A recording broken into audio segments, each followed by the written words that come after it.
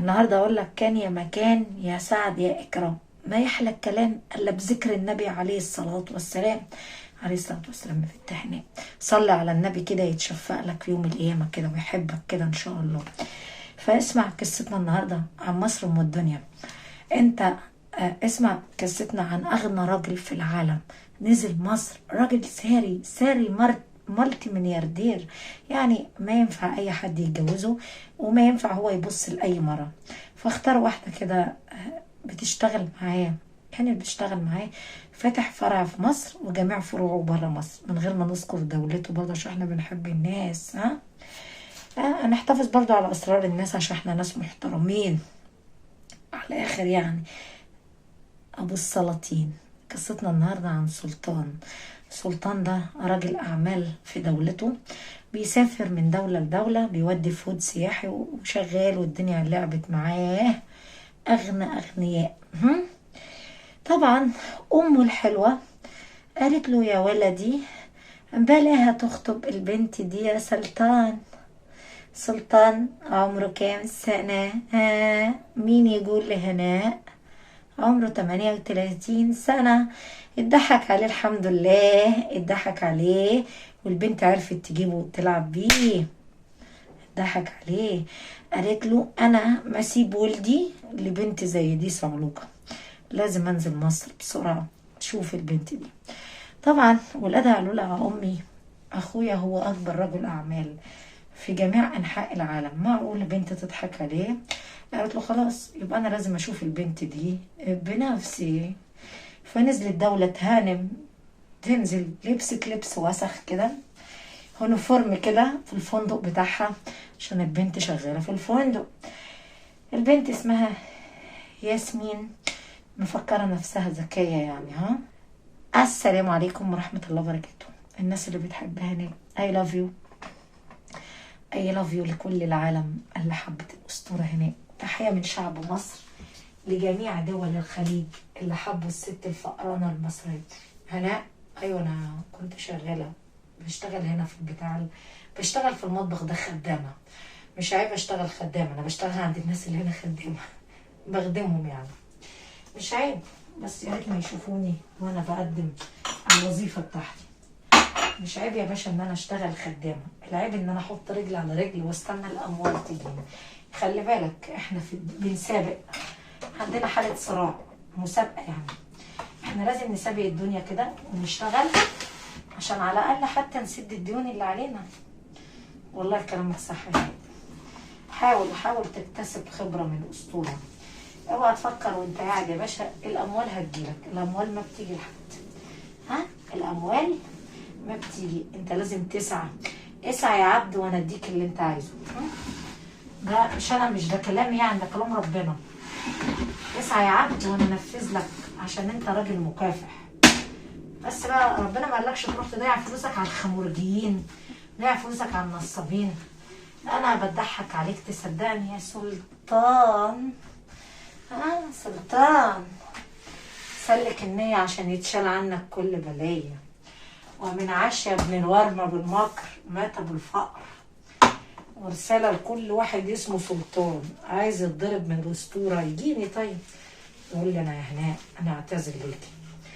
جبت من نفسك يا سلطان، قلت انزل بيك النهارده يا باشا عشان ما تخبط مع الهرم. فانا عايزه اوصل لك رسالة يا سلطان. مش كل مرة بتفكرها يعني ايه الجوكر. لا يا باشا لا وبقى هرم مصر مفيش مرة تتقارن بالأسطورة أبدا، ما حصلتش في التاريخ. والأسطورة لوحدها على جنب كده اركنها على الرف، يعني ما تقارن مرة بيها أبدا. حتة بيت 50 كيلو، بيت سفيفة كده. يبقى أنت اللي بديت يا باشا وبادي أظلم مع الهرم مصر. السيدة دولة هانم لبست اليونيفورم وعايزين نشتغل خدامين، فقالت اتمكر. فواحد شافها عرفها لها اهلين دولة هانم، اهلين شرفتينا في مصر ميتة وانت لابسه كده ليه يا هانم؟ قالت له اخرس خالص اخرس، انا جاي اشوف البنت اللي ابني اختارها.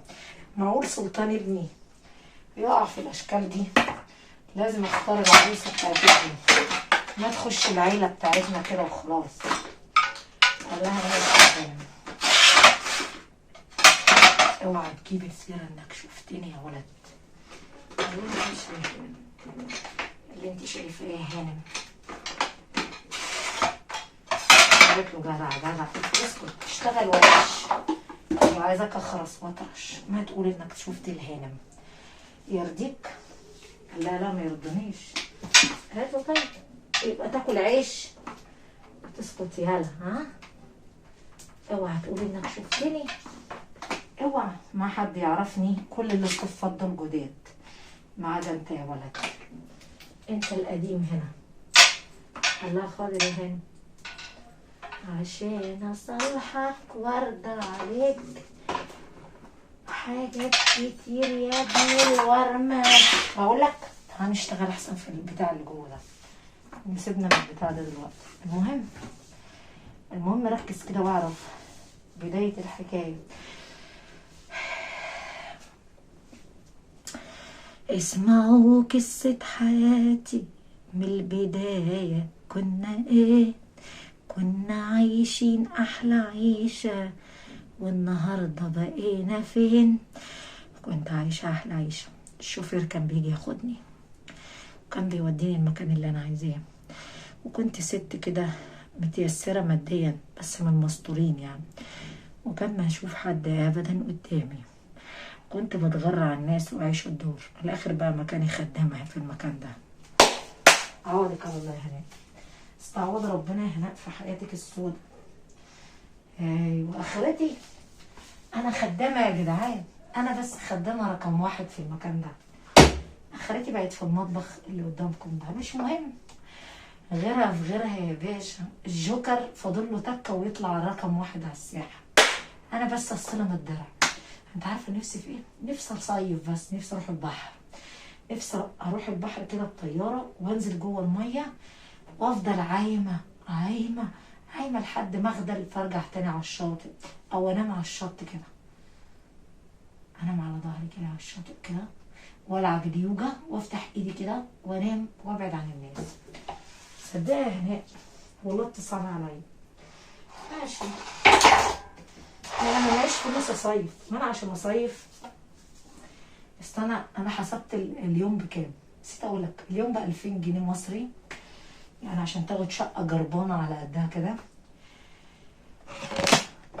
بصوا شفت، اعوذ بالله من الشيطان الرجيم، اعوذ بالله من الشيطان الرجيم. الكهرباء ضربت فيا. انا عشان اخد شقه ب 50 $50. ده $50 ان انت تنام بس في المكان ده، وممكن يطلع مسكون بالجن والعفاريت.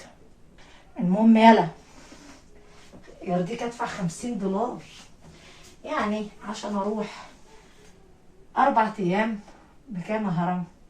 $200 ب10 ايام ب10,000. فين بقى الاكل والبلاش عشان تخش ب400 جنيه مصري؟ يعني كام دولار هنا؟ $8 عشان اخش ترابيزه واقعد على البلاش. 8 وال10 $. اجيب انا بقى منين كل يوم معدل 4000 جنيه مصري؟ يعني اقول لك كل يوم اليوم واحد ب$100 عشان نخش انا وعيالي ناكل لب وناكل ونجيب اكله. يرضيك ادفع $100 في اليوم؟ طب انا زلمه فقرانه شحاته ما معايا، لو معايا $100 ما انا اسد الدين اللي عليا.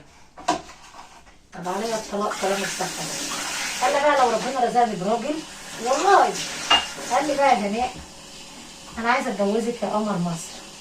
واقول له ماشي، تقضي شهر العسل فين هناك؟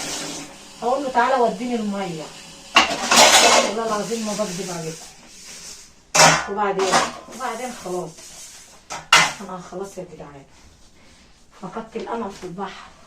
انا بقى بفهمك البنت مفكره نفسها هتصيع على ابو السلاطين، ما هو عشان صاحبي سلطان قلت انجيني من مهالك الدنيا. امه نزلت اتنكرت فدخلت تقدم فنجان قهوه للعروسه. طبعا بنت عمها واقفه بتشتغل، قالت لها مين دي؟ قالت لها ده السيستر الجديد، بنت ست جديده. قالت لها انت ست عجوزه. قالت لها بس انا باكل عيش في المكان ده، عجوزه بس انا بصرف على اولادي. بنيت نفسي من دراعي. قالت لها كمان بترد عليا. راحت فنجان القهوه واقع على الشوز بتاعها الحذاء. قالت لها انت ست وقحه. بنت عمها قالت لها حرام عليكي، حرام عليكي تغلطي في الست الشغاله هنا. هو انت نسيتي امك كانت ايه؟ امك كانت بتشتغل خدامه وصرفت عليكي ودخلتك الجامعه ووصلتك للمكان اللي انت بتشتغلي فيه ده. شفتوا؟ ردت الست قالت لها دولة هانم انت بنت محترمه. قالت لها شكرا، انا بقول الحقيقه، ولا انت عشان هتتجوزي اغنى اغنياء هتتجوزي ابو السلاطين السلطان، ولا نسيتي نفسك ان انت شغاله برضه هنا في المكان؟ قالت لها لا، كلها كام يوم والملك يلبسني التاج ونعمل خطوبه ونتجوز. ردت العجوزه اللي هي قالت لها احلامك بعيده قوي، مين قالك هتتجوزيه بقى؟ قالت لها هو دي عشاق التراب اللي بمشي عليه. قالت لها غلطانه، هو غلطان في اختياره. قالت لها وانت ست قليله الادب. قالت لها اوكي، في كاميرا بقى معايا.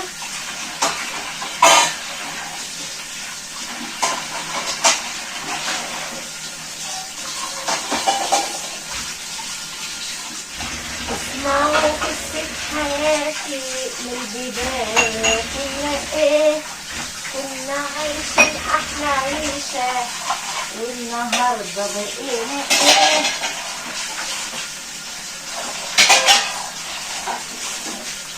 عشان اصلحك وارجع لك.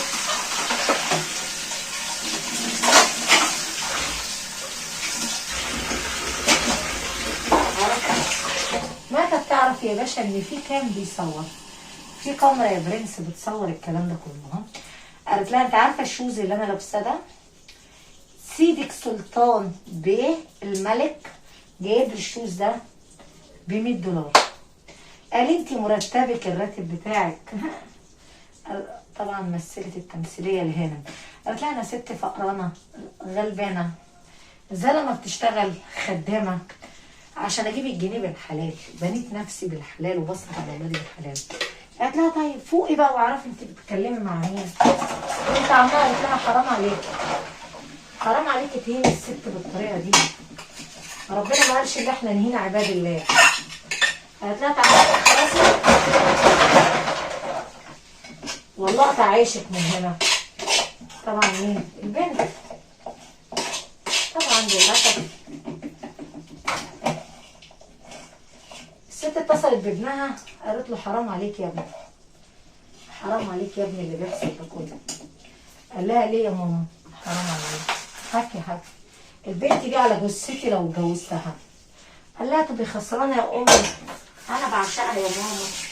قالت له بتعشق فيها ايه؟ واحده مغروره ومتكبره. قال لها طيب قدري نفسك بقى يا امي عشان فيها اكبر حفله عيد ميلاد. عيد ميلادها يا امي اعمل لها حفله وهلبسها التاج. قالت له حرام عليك يا ابني. قال لها طيب. قالت له خلاص وانا هوريك صاحبه الصون والعفاف. خليك فاكر انت اللي وقفت قدام امك اتحدتني يا ولدي وبراحتك، وانا قلت لك مش هي الانسانه اللي تستهلك وينفعش تخش عيلتنا، مش هي دي اللي تخش العيله بتاعتي، مش هي دي اللي تجيب لي احفاد ولي العهد. انا عايز واحده تانية خالص، انسانه غلبانه، انسانه ما تطمعش في مالنا ولا فلوسنا. انت بقى فضلت لي المغروره ملمومه عليك عشان الفلوس. طبعا راحت تاني تروق المكتب قدامها. قالت لها انت تاني يا عجوزه؟ قالت لها ليه كده يا بنتي؟ قالت لها هو كده. قالت لها بنت عمها دخل الشوفير قال لها دي هديه سلطان بيه ليكي، جايبك هديه بمناسبه عيد ميلادك، الحفله يوم السبت، محضر لك اكبر عيد ميلاد في الشرق الاوسط، العالم كلها تضحك عنه. وراحت العجوازه ضحكت قالت لها تضحك عليه. طب انت الست الوحيده اللي ما تحضري عيد ميلاد. قالت لها تبقي غلطانه، مين قال لك يا بنتي انه هيعمل لك عيد ميلاد؟ قالت لها وكمان هيقدم لي الشبكه الماظ. قالت لها خلاص الميه تكدب الغطاس. فاتكلمت مع بنت عمها، بنت عمها بتقول لها بطلي الغرور بقى، الغرور اكلك يا بنت عمي. قالت لها ليه قتلني؟ ما تقوليش ليه اللي انت غيرانه.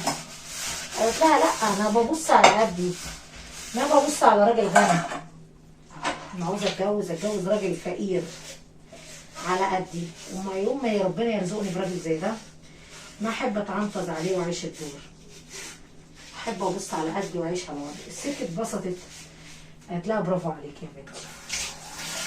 قالت لها هو كده، اذا كان جالي فلازم احترمه وما ادوسش على الفقير عشان انا كنت فقيره. قالت لها معقول دي بنت عمك؟ مشيت خرجت بره.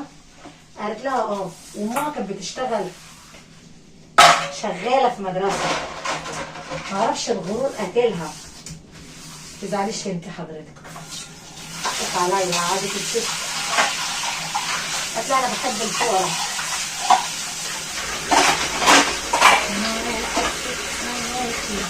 من البداية كنا عايشين. هقول لك على حاجة، عارف احلى حاجة ايه؟ احلى حاجة الفقير اللي يبقى عارف حجمه كويس. يعني انا فقيرة بحب ابص على قدي، ما ابصش للغني. بحب اكل يا باشا على قدي، ما احب ابص لفوق عشان ما اقعش على جدور رقبتي. بسيب الغني هو اللي يجري ورايا، مش انا اللي اجري وراه ابدا. وبعدين طول ما سلوكياتي واخلاقي عاليه احلى من ملايين الملايين اللي معاك. اخلاقي هي اللي وصلتني ان انت تبص لي انا ست عندي كرامه وعندي شرف، ما جريت ورا اموالك. فده اللي خلاك تبص لي وعايز تتزوج واحده زيي. لولا اخلاقي ما كنت تفكر فيا. فالدنيا يا باشا مش فلوس. ففي واحده بتجبر الراجل يحبها غصب عنها حتى لو بقى اغنى اغنياء العالم. الاخلاق يا باشا والشرف والكرامه، ولا ايه؟ الست اتعمدت متغاظه، متغاظ، شايفك يا ابني اننا متغاظ. الست قالت لها اللي بنت عمها اللي هي الفقيره، قالت لها برافو على اخلاقك يا بنتي. قالت لها صدقيني انا جبتها من تحت السلم، احب ابص على قدي حضرتك هنا. قالت لها برافو عليك، بس انا شغاله. قالت لها انت ست محترمه وعلى راسنا، ما تعودنا من هنا الغلبان، انت كمان بتاكلي عيش زينا. ما تعرف ان هي صاحبه المكان وان هي اغنى اغنياء وكل الاموال دي ملكهم.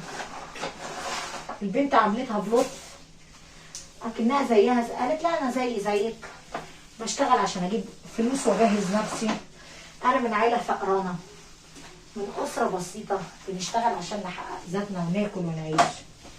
قلت لها برافو عليك يا بنتي، عمر الفلوس ما كانت هي ايه كل حاجه، الاخلاق. قلت لها كلامك صح يا حضرتك. للاسف بقى ما جت تعمل العيد ميلاد دولة هانم لبست فستان قايم ولبست الالماس بتاعها وكل حاجه ام سلطان، والناس كرمتها على المسرح. وقالت طبعا البنت اتفاجئت لما شافت العروسه، قالت له ايه الست الجربانه دي؟ هانتها قدام الناس، هانت امه قدام الناس وقالت لها اتقلعي من هنا. قالت لها اه وبعدين؟ قالت لها انت ست شحاته وفقيره تشتغلي هنا، لا تطردها من هنا. سلطان قال لها اكيد انت اتجننتي صح؟ هو انت عايزه تطرديها ليه؟ قالت لها عشان قالت له واحده حراميه وواحده. راحت طبعا ماما سلطان اللي هانم راحت مدوره الكام على شاشه عرض كبيره، قال اللي عملته معاه. قالت له هي اللي انت عايز تتجوزها هانت امك واعتبرتني واحده صعلوكه وشغاله وخدامه وهانتني يا ابني. هي دي اللي تليق بعيلتنا، هي دي اللي تشيل ولي العهد تخلف منها، هي دي اللي بتهين الفقراء، هي دي الست اللي ممكن تعملها على مالك. اختار، لا انا لا هي. طبعا الولد زعل جدا، قال لها يا ماما انا ما كنتش اعرف كل اللي انت بتقوليه. قالت له لو عايز تتجوز يبقى هي دي عروستك. بنت عمها اسمها لبنى، هي دي يا ابني اللي ينفع تليق بيك، مش تقول لي المغروره دي هتبيعك بسرعه يا ابني، لان دي بتجري ورا الفلوس، بتدوس على الناس الفقيره. اوعى في يوم من الايام تتجوز واحده بتهين الناس الفقيره او الغرور وكيلها، هتبيعك انت اول واحد اول ما تعمل اموال وفلوس. دي ما تناسب عيلتنا عشان دي اخلاقها مش كويسه. هانت امك وانا اتنكرت في لبس ست فقيره. هانت امك يا ابني. سلطان قال لها بس ايد امه وراسها وقال اتفضلي امشي انسحبي من هنا، انا ما عايزه اتجوزك وما يشرفني اتجوز واحده زيك. رضا امي هو من رضا ربنا، وبرافو عليه، واختار امه قدام الناس وقال لها خلاص اختار العروسه اللي انت اختبرتيها يا امي. قالت له هي دي اللي اخلاقها عاليه. وريته برضو الكاميرا يا باشا، ها وريته بكام وهي البنت بتكرم امه، تبوس امه، تعمل لها حاجه تشربها. قالت له اهي، وهي عارفه ان انا ست خدامه وست شغاله في المكان ده وبقدم طلبات، ورغم كده احترمتني وقدرتني وعاملتني باسلوب كويس، وقالت لي كلنا بنشتغل على لقمه عيشنا، غلط ان احنا نهين البني ادم اللي اقل مننا. شفت يا حبيبي مين تستحقك؟ قال لها اللي انت اخترتيها يا امي. لبسها التاج البنت وكرمها وخطبها، وهي دي كانت المفاجاه. وكل حد ما بيحترم نفسه، ها الفلوس ما بتعليش، الفلوس ما بتعليش يا واطي وقلة الأصل فيك. عرفت الواطي مين والرخيص مين؟ الرخيص يا باشا اللي بيبيع نفسه، اللي مش بأخلاقه. في ست فقرانة بأخلاقها ممكن تتجوزها، أسلوبها واحترامها، ما بتطلب منك أموال وما بتقلبك. أهم حاجة دي الست اللي ما عندها كرامة، اللي عندها كرامة وعزة نفس، اللي ما بتطلبش منك فلوس. إما اللي بتطلب منك فلوس دي اضرب واقلب يا باشا.